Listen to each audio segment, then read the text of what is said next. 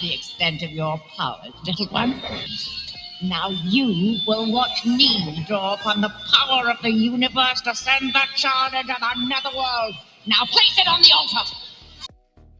All right, everybody, welcome to the witching hour. My widget is down, but maybe you could see at the bottom right corner that it is indeed the witching hour. Today we're going to continue the series of what we're calling the in vivo RPG games. This is where you can essentially just create a quick character and play along. And of course, it's a little railroady because it has to be. It's online.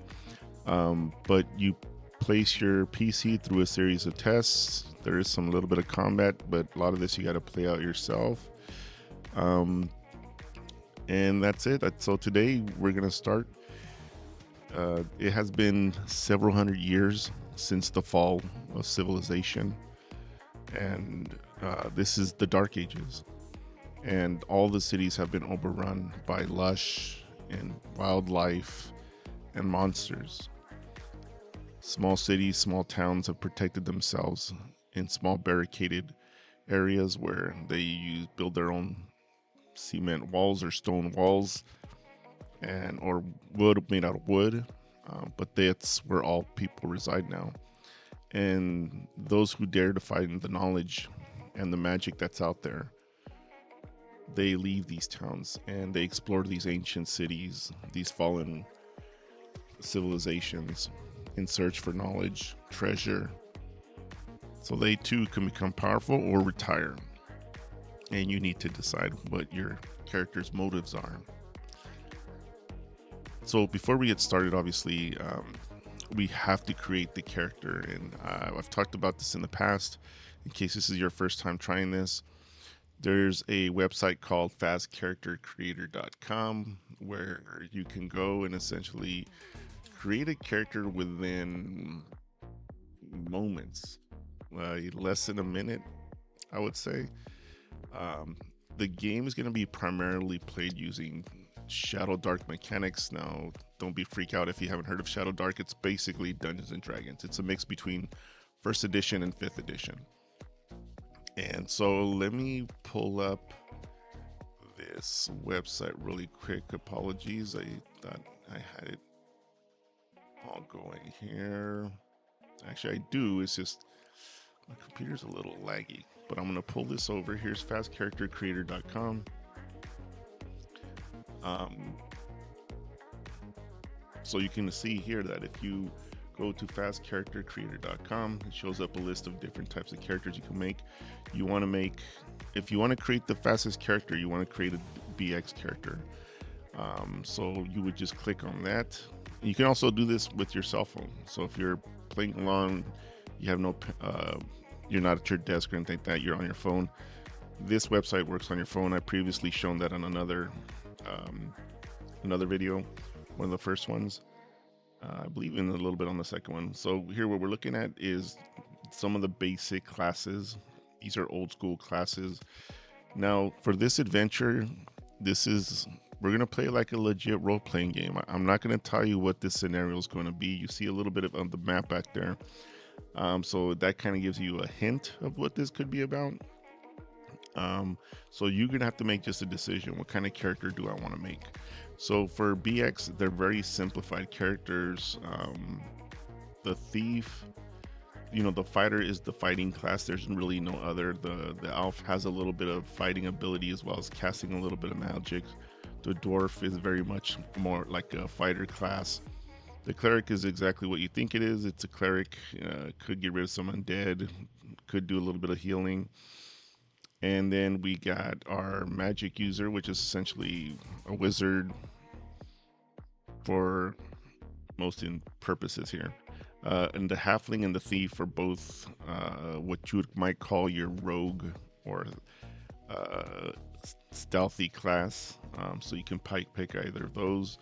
If you want to play solo by yourself, you create a level 3 character. If you want to create 2 character sheets, if you can just duplicate a tab, you can create two level characters. So it's either 1 level 3 character or two level 2 characters. Now, you can go all in. You can create a name. You can get into all these different options. You can see there's not a lot of options here. But what I like about this fast character creator is when you roll and create your character, all the statistics or all the ability scores are tailored towards the class. Okay, I'm going to show you the Shadowdarklings, which is sort of more appropriate in terms of, because I'm going to basically be playing this like a 5e style. There's going to be DCs and everything's going to be on a D20 roll based on a high roll.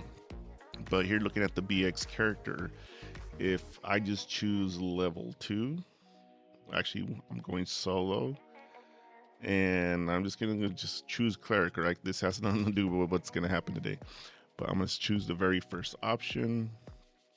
And if I simply just click to create character, I have working character. Okay, again, this works on your phone, so you can, have this video playing and pause it at moments and look at your character sheet, and essentially play along. Now, the only other thing that's a little bit off is this armor class. It has the old school armor where lower means better, so you can convert that. Okay, so you see the table in the bottom there. I think it should be visible. I might have to zoom in a little bit. Actually, let me see if I can just very quickly expand this.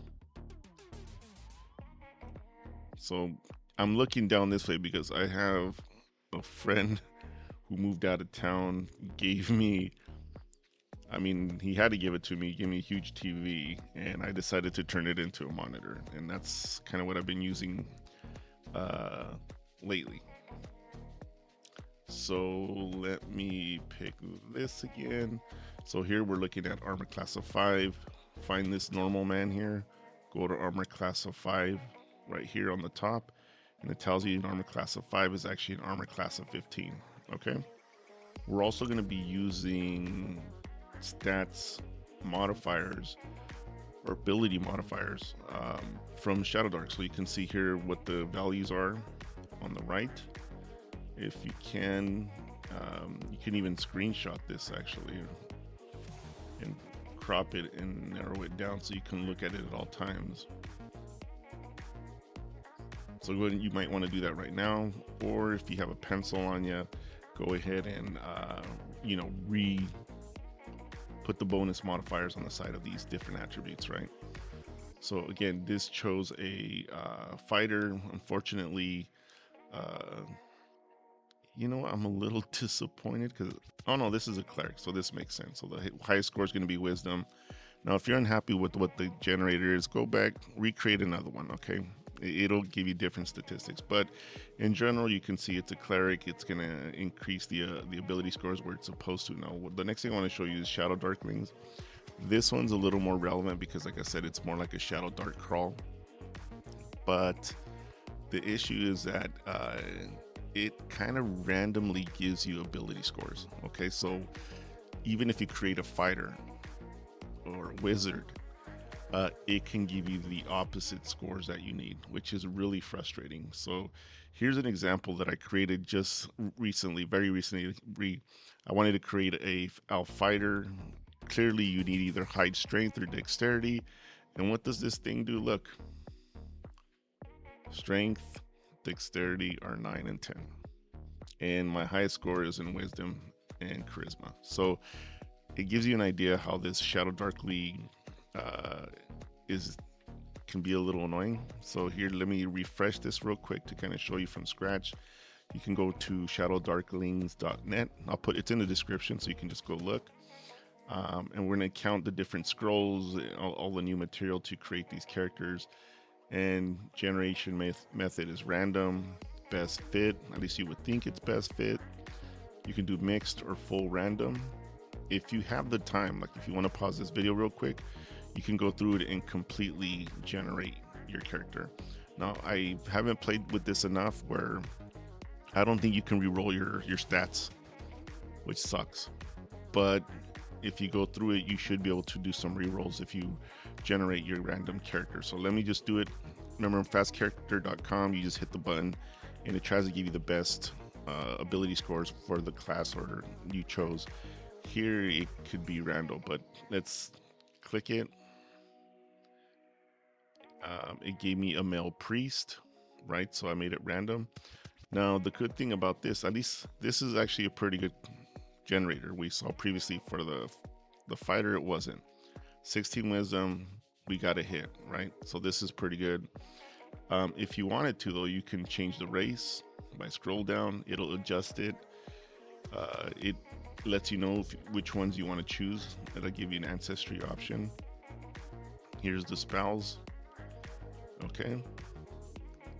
And then all the options that you can change. So if you want to change your language, your tier spells, which ones you want to have, and your hit points. And another cool thing it does, like I mentioned, we're going to be playing with either 2 level 2s or 1 level 3, is you just give yourself XP. 1, 2, 3, 4, 5. You need 10 to get to second level. You gain that level.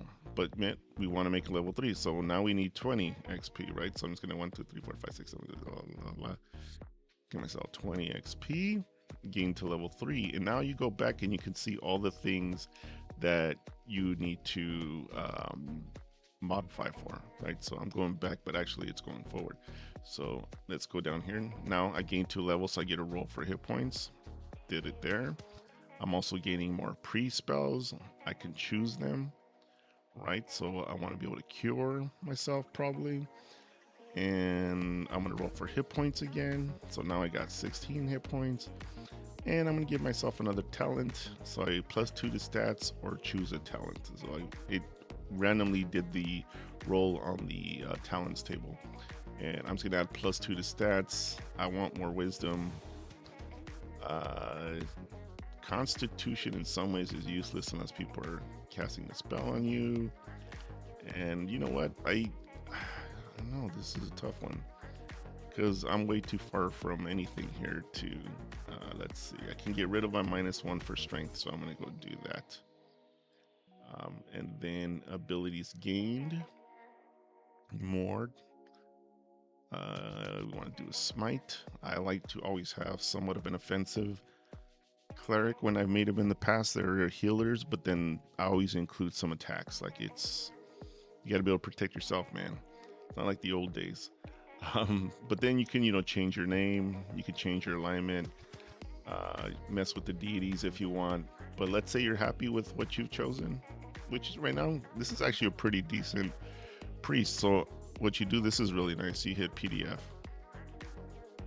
okay, and it generates a PDF for you. So now it says Marald PDF here on your downloads. Click it. Look at that. You got a character sheet.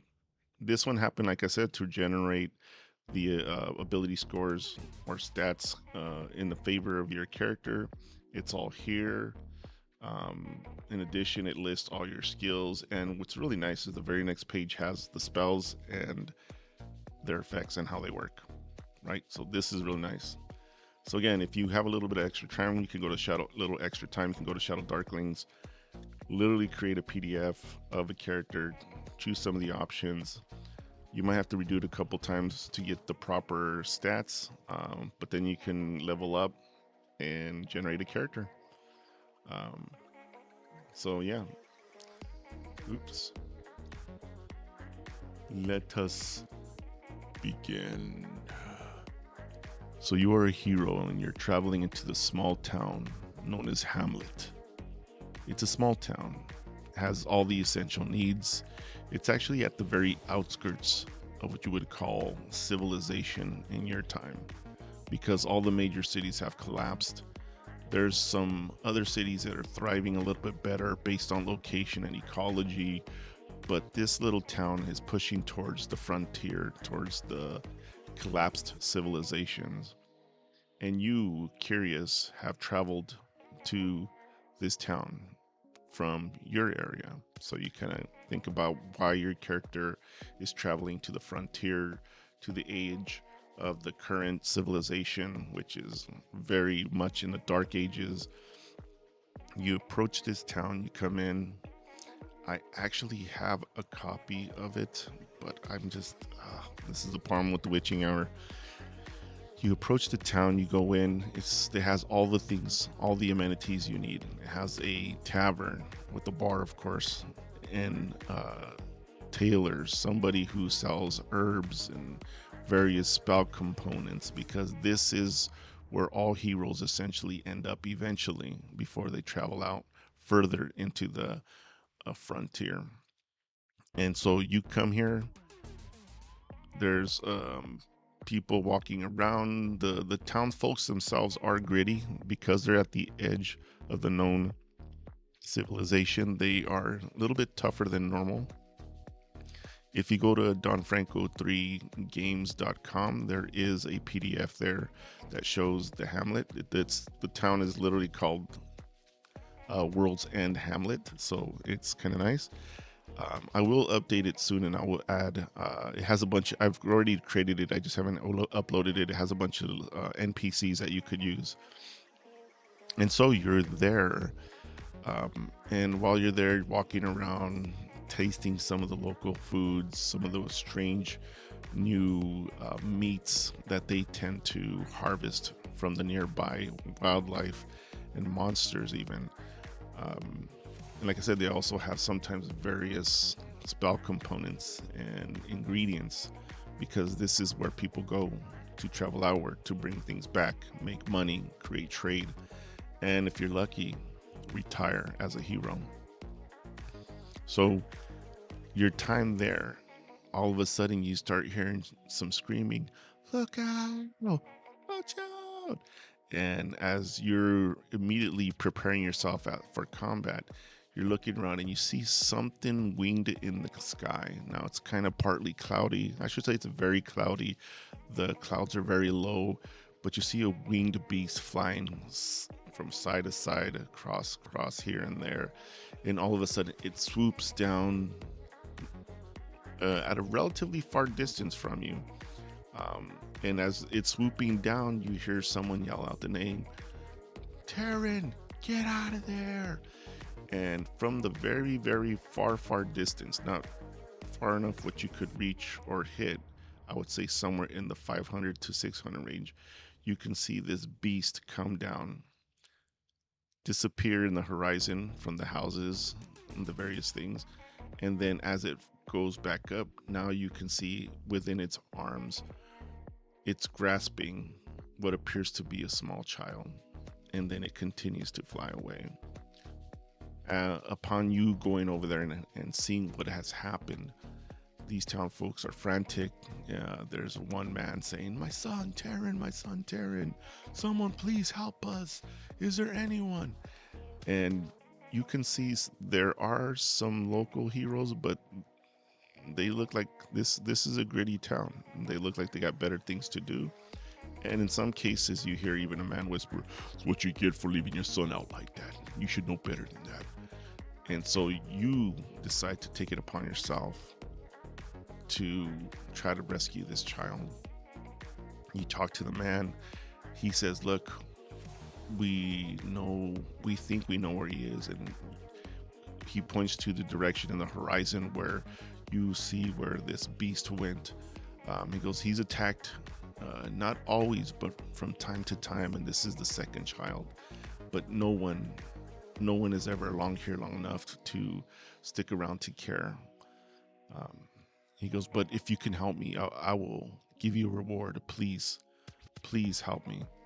And so, being a lawful person, I'm not sure if you chose lawful as your alignment, and of course alignment's important for roleplay, nothing else. You decide to help this man, and he immediately rushes to his home, grabs his very short sword, not in the greatest condition, but in good condition, has leather armor, and proceeds to say, "Come with me, let's go get that, my son." And then he turns around and looks at the town folks and says, "You are effing cowards." And it doesn't seem to faze them. Like they have a lot more to do and their own problems to worry about. And World's End is no place for a child, as you hear some whispering under their breath. You start heading out into the forest nearby. Like I've said, civilization has been overrun by forests, wildlife, it's very much like you would see in a documentary of, let's say, Mayan civilizations, where these cities, these ancient cities and towns have been overrun by the forest. So you continue to go inward into the forest, and as you're going into the forest, you can see on the horizon what appears to be it's a mountain, but it actually has this sort of pyramid shape to it, as if maybe in the past it was some type of structure. The man looks at you and he goes, "This is where we think the beast resides." So as you're looking down over here at the image of the map, you are the circle. Okay, right over here. And you've essentially managed to get close to this pyramid looking mountain. And as you get there, on occasion on your way there, you can hear a screeching sound. It's a very low, deep, guttural. It's the best I can do. Guttural sound. And as you look up in the sky, of course, it's very cloudy. As I mentioned, the sky has not stopped being cloudy. You occasionally may see in a distance very large wings spread flying through. The wings themselves don't look feathered. You know that much. If you want, you can make an intelligence check, DC 10.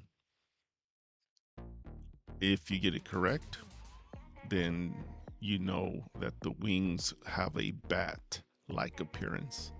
Otherwise, you just know it's wings. No metagaming, by the way. I'm going to give you a lot of answers, but it's metagaming.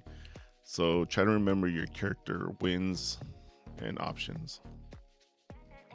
You approach, and as you approach, you're looking up on the hill, and you can see a silhouette of a head on top of this hill.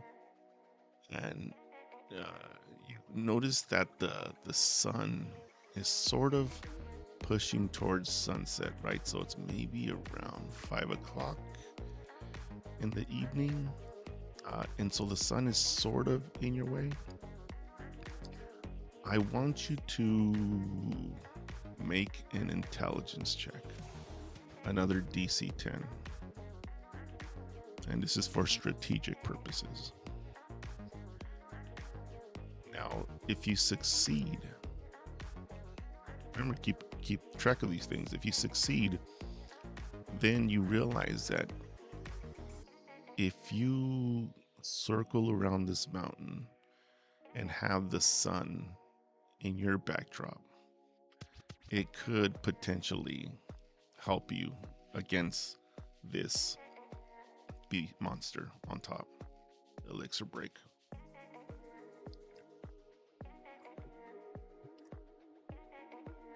So you approach the mountain. Now you just got to imagine that if you succeeded, the sun is in your back. If not, you're approaching, unfortunately, not in your favor. With that being said, you're going to have advantage if you're coming with the sun in the background. You can have advantage on certain checks. So the first thing I want you to do, this is a villager, so you're in charge. And if your stealth is not your thing, that's not the character you made, you're bad. So what I need you to do, because he's a villager, he doesn't have really no skills. He can take care of himself, but that's it. So what I need you to do is make a stealth check for both of you. That is you at the bottom, approaching this mountain, the base of the mountain. DC 10, or I didn't mention this earlier, but if you're playing along with just a character sheet and no dice, you can flip a coin. But I also want to share another resource with you, and I tried it with my phone and it does work. Now, I've gotten dice before in the past from this company called Die Hard. Okay, so you see that. Let me take a quick look over here. Reduce, get some of this stuff out of the way. Oopsie. 1 second.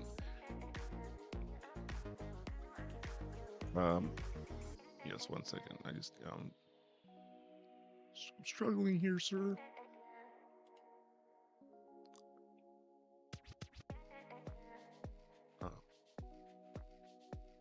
There we go. Yes. Okay, sorry about that. Quick delay. If you go to Die Hard Dice, now I'm not gonna get out of this. I'm not gonna navigate through this, but if you look, they actually have a virtual dice roller. I've gotten metal dice from these guys. They're pretty sturdy. They're pretty good.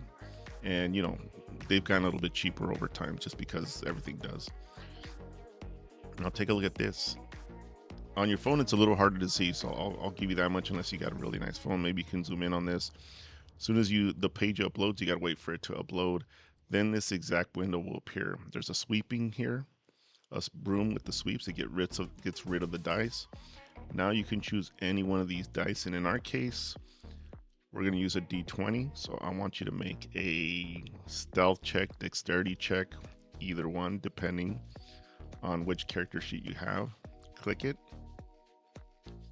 Boom. 15. Add your dexterity modifier. Remember, we're using stats from Shadowdark. So make sure, if you haven't forgot, if you made it from fastcharacter.com, make sure you write these numbers, the bonuses down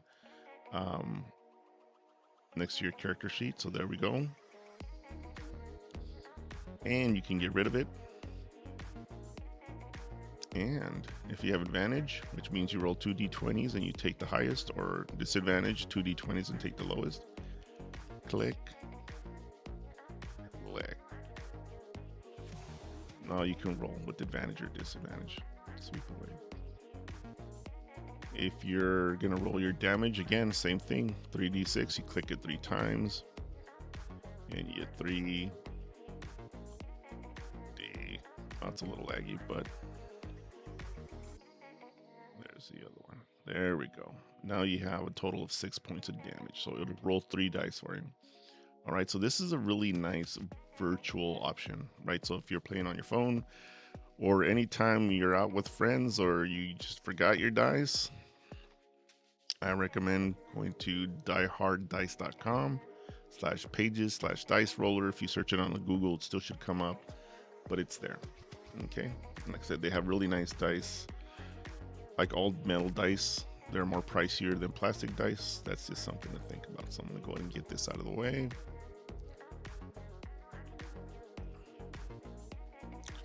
Two seconds, please. Done.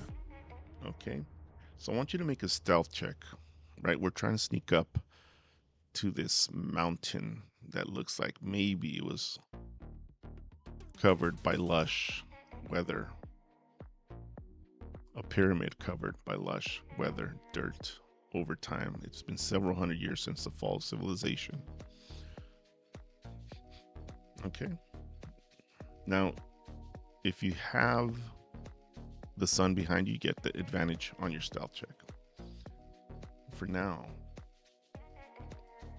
you're trying to crawl through these bushes.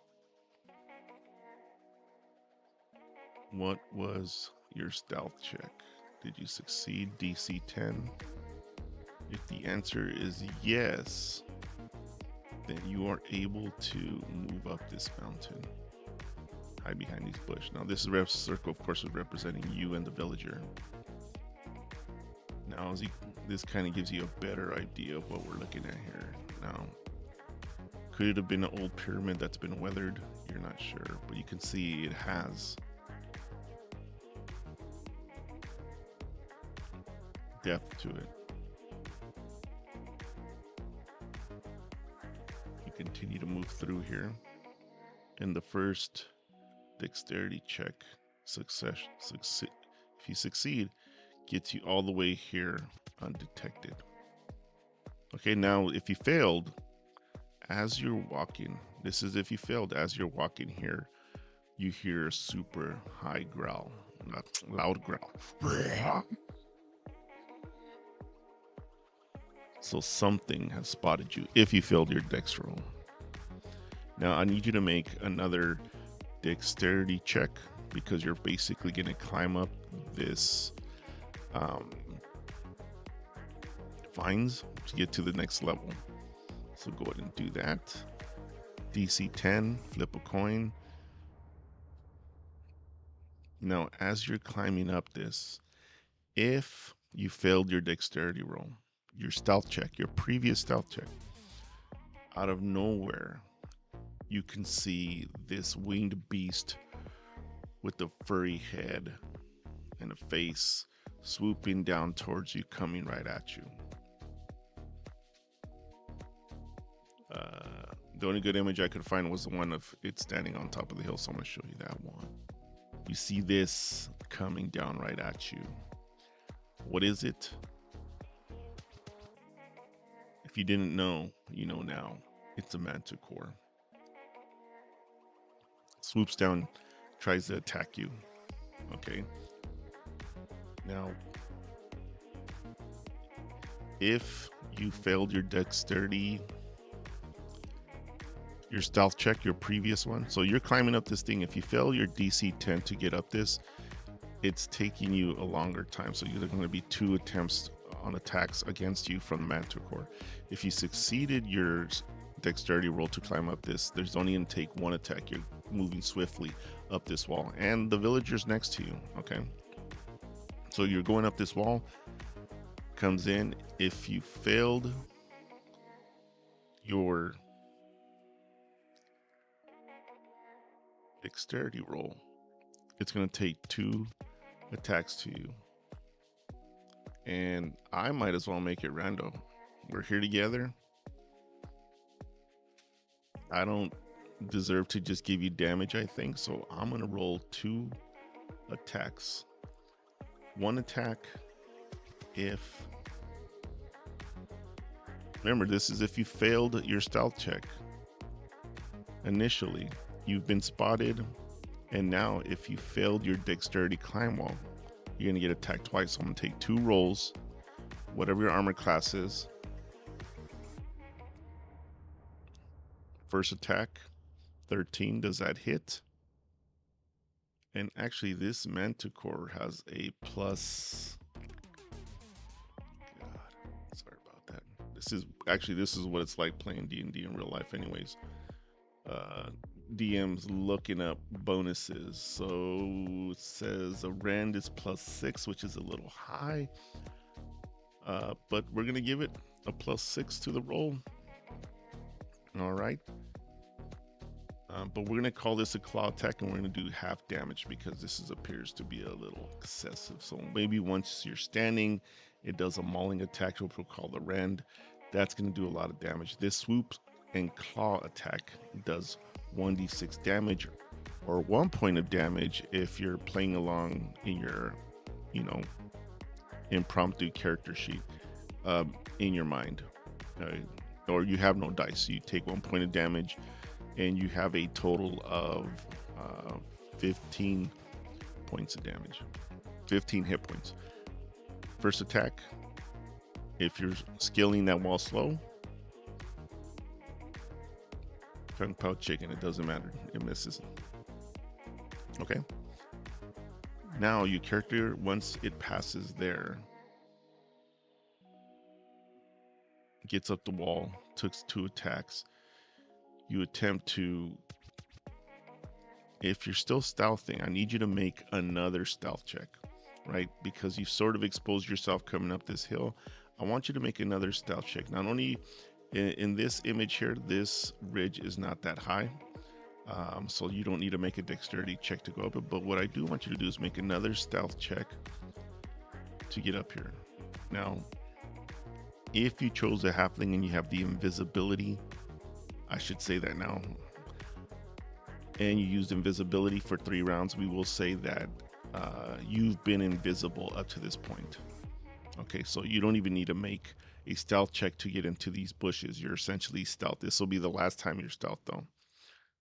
You get up to these bushes. I need you to make a stealth check. Now, if you succeeded on your stealth check, then you have the benefit of not being seen for this next portion of going up the hill or going up this mountain. As you look up here, you can see there's a kid saying, "Help me." And I want you to make a wisdom perception check, DC 10. Okay, all the DCs are 10 because if you're flipping a coin, it's a 50-50 chance. The bonus of having a character sheet, if you're making a wisdom check, perception check, you get to use your bonuses for that. So make a wisdom check. If you succeeded on a DC 10, you look over at the man and you see he is in a panic. He's literally about to scream his son's name. He's like, and if you succeeded, you put your hand on his mouth and you just like whisper to him, "Shut the hell up, we're trying to get your son out of here." If you failed the perception check, he screams, "Taryn!" like an untrained person, and you essentially give away your position. Now, as you're looking around, you can't see the manticore at all. Okay, so you at some point need to move and go forward, right? So consider these things. If you made a successful stealth check, then I will allow you to make a successful check and a successful perception check to stop him from screaming. You can make it up to this, behind these bushes here. You can jump over this little small ridge here and get underneath these bushes here without being detected. Okay.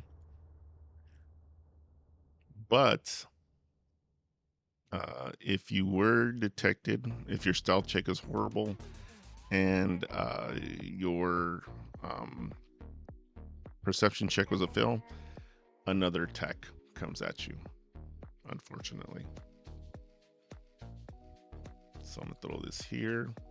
We're gonna clean our dice, and whatever your armor class is, it's one attack I'm gonna be taking at you. 19 plus 6, so 25. All right, I'm pretty sure that hits. And you're gonna take 1 point of damage if you're playing by pips, or you're gonna take a 1d6 points of damage if we're playing by actual dice. So let me go ahead and just throw that down. Right, 3. If I previously did not roll the damage for the 2 claw attacks for the dice, it's 3s, 2 3s. 3 or just 1 3, depending on the situation, how it happened. So swoops down, attacks you. Now, at this point, when you look up, if you have a ranged attack, I will allow you to make an attack on the manticore. It's flying by. Right, so comes swoops. Oh man, I hate when this lags. Okay, swoop. Comes by. I'll allow you to make a ranged attack. Not really a reaction, but you deserve to get some blows on this. It's got an AC of 14. It's got 29 hit points. It's flying by. What do you want to do? Okay, so you can go ahead and make your roll. If you hit, your weapon's gonna do approximately 2 points of damage. If you're only playing, if you have no dice and you're just keeping track of single points of damage, you're gonna do 2 points of damage, and this guy has 6 hit points total.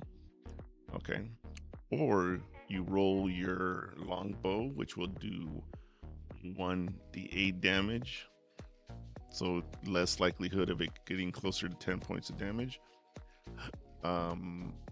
It'll do 1d8 points of damage.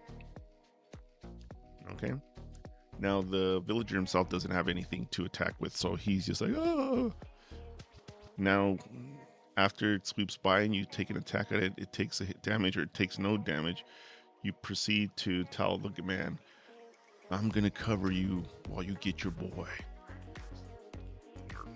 If you happen to be a woman, you're gonna say it in a woman's voice. So you run to this wall, and he begins. Actually, well, I'll tell you what. What do you want to do? Do you want to let him go up the wall, or do you want to go up the wall first? Now, whatever you decide, to go ahead and decide that. Make another dexterity roll for climbing up this wall. If you succeed, you get up here in one shot. If you fail, you're taking a little. And the Manticore has the ability to swoop in and take another attack at you.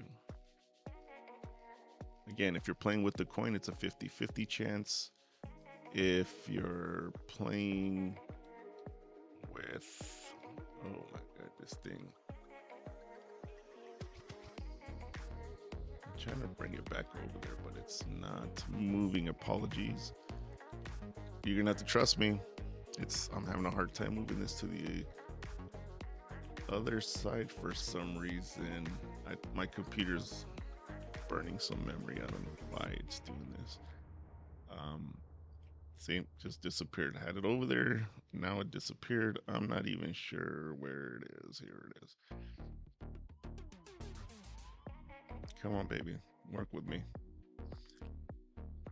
All right, let's sweep these. We're going to do a d20. 12 plus 6 is going to give it a 18. That's likely going to hit. And you'll take 5 points of damage. Okay. Let me keep it here and actually just minimize. So if you've been a poor dexterity stealth check to get up the wall, you take a single attack from the swooping Manticore. If you got all the way up, if you made a good dexterity roll, then this Manticore is unable to do anything to you. Okay? Or at least you're up there fast enough and you can actually see it coming towards you. I want you to go ahead and make any type of ranged attack that you have if you have it. Okay? If you don't have a ranged attack as this monster is coming down, also if you can cast a spell, like a sleeping spell, then that would be a great time to do that to see if you can make it fall asleep. Right? And the villagers behind you, you're kind of covering for him to get up. This thing swoops down. I need you to do a range attack first. And you know what? For good measure, because I've been kind of attacking you a lot, I'm going to let you take 2 ranged attacks. Armor class of 14, 29 hit points. Make those 2 attacks. If you don't have a ranged attack, as he swoops down, I'm going to allow you to do a contested attack roll. Now what that means is that you're going to roll your 20 and the monster's going to roll his 20, and whoever hits first hits on the swooping attack. Whoever doesn't make their roll gets no attack, right? So you can both miss, or you can hit, or they can hit depending on who rolls first. So this is another +6 to their roll. 18. So you got to be able to beat an 18. If you beat the 18, you can do your weapon attack. Whatever weapon you have, whatever melee attack you have, you can do that attack on the Manticore. And as it flies away, I will allow you to take a ranged attack at the Manticore. Okay. Let's fly by. Now, on the very next, it's circling about, coming back. You can see the man, the farmer's back up there with you. He's grabbing his son. You're like, hurry, get your son. Taryn, come on, come with me. And so he grabs Taryn. They start going to go down the mountain right behind you. And as that happens, you can see inside the nest, there are 3 eggs. We're going to say the Manticore has eggs for babies. And as you are looking, and the farmer and the son are beginning to go down, scale down right behind you, the manticore comes down. I'll let you take one more ranged attack at the manticore as it starts to land on top of its nest. Okay, make a ranged attack against it. It's not going to do anything. You get the armor class 14 here. Roll your 20 or flip a coin. You do 1 pip of damage if you're flipping a coin. Remember, he had 6 to start. You've had, I think, at least 4 attacks towards it, so you could be reducing it down to 2 pips or 2 points. A pip is a point. Otherwise, take a ranged attack before it lands. Now that it's here, it's a one-on-one. So whatever, it's not going to let you leave. It's fighting ferociously for its kids, its babies, its eggs. What is that? Hatchlings. Now, I will allow you. First, you got to do 1 round of combat with this manticore, right? So you might be in bad shape. I don't know. This guy is really powerful. Your goal is to try to escape. Okay. If you're a halfling and you haven't used your invisibility, you might be able to do that here in a second.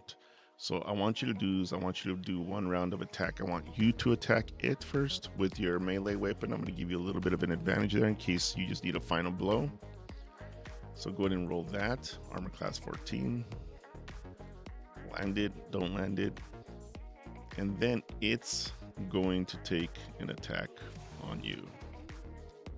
And this time it is going to use its rend attack.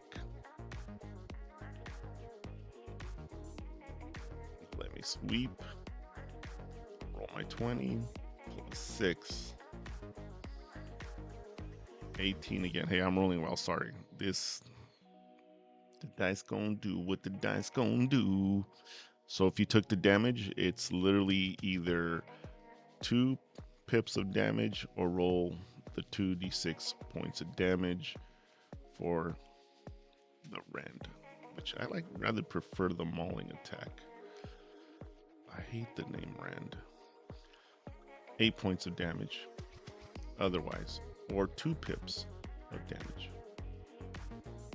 All right, so at this point, I'm going to allow you to, if you want, you can either go one-on-one with it, so play it out, you kill it, so you can pause the video now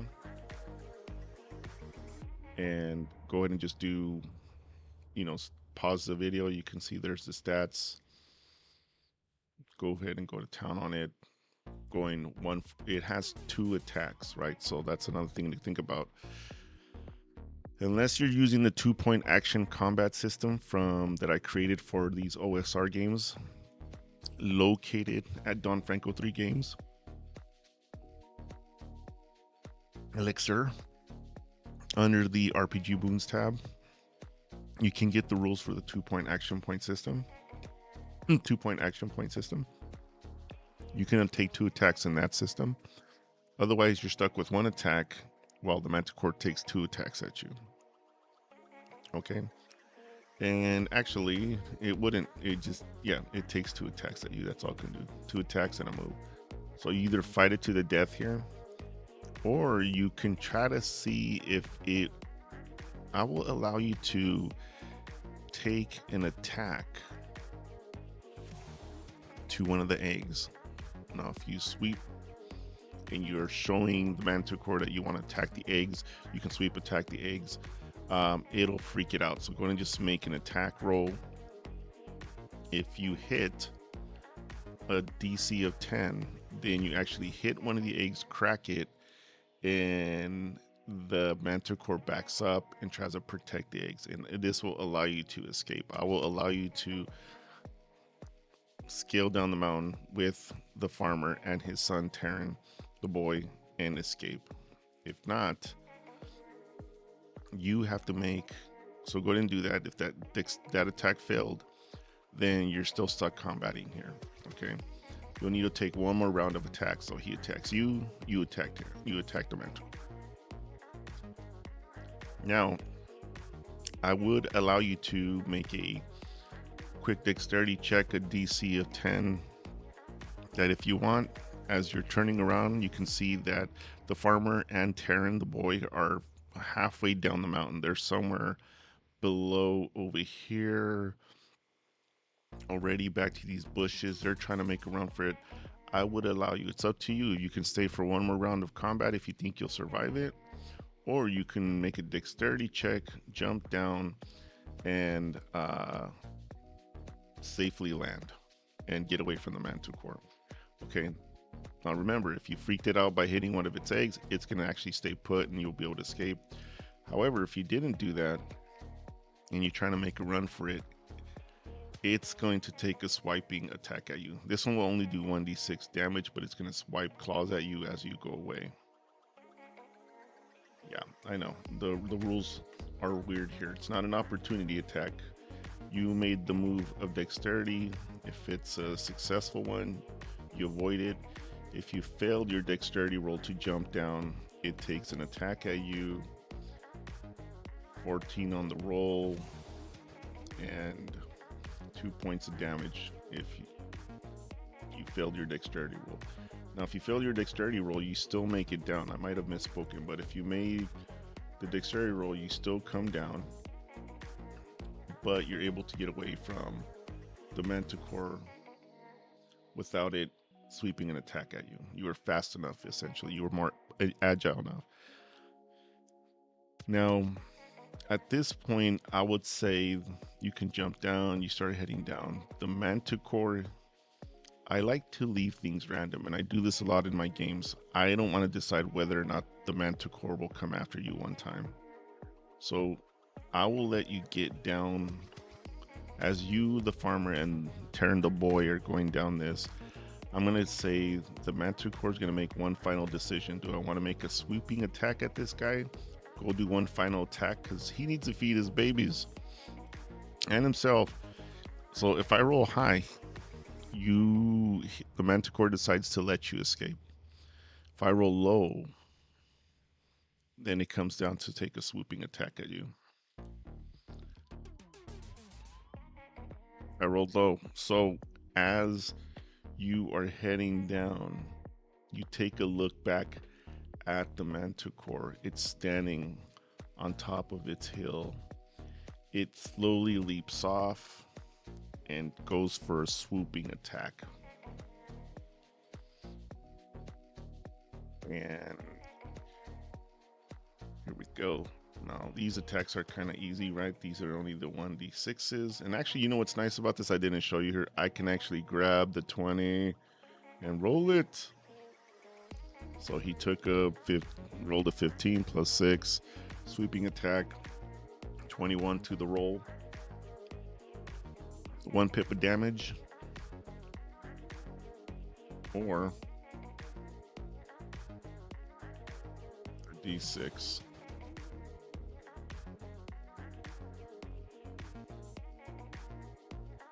It does. Interesting. It says 5. We're gonna say it does 1 point of damage. It's clearly showing 1 there. It's kind of weirded off, but I think it's because almost on the 5 side up for a second. You can also click this button to remove and reappear the dice in case you want a better visual and you're just rolling 1 die. So you either take the 1 damage and get down the mountain, or you don't. Manticore swings back up, realizing that it's close to death probably at this point. If you hurt it enough, it decides, I'm just gonna watch my babies. And as you continue to go down this mountain, you look up and it's just there, pissed off, growling at you, screaming at you. And you're able to take the farmer and Taryn and get away. All right, everybody, this is RPG Booms, the Twilight Hour. Sorry, the Witching Hour. I did not see anything weird, and I don't know if you guys saw anything behind me. Sometimes I hear noise from this thing, but coincidentally during the Witching Hour, no other time, so nothing supernatural.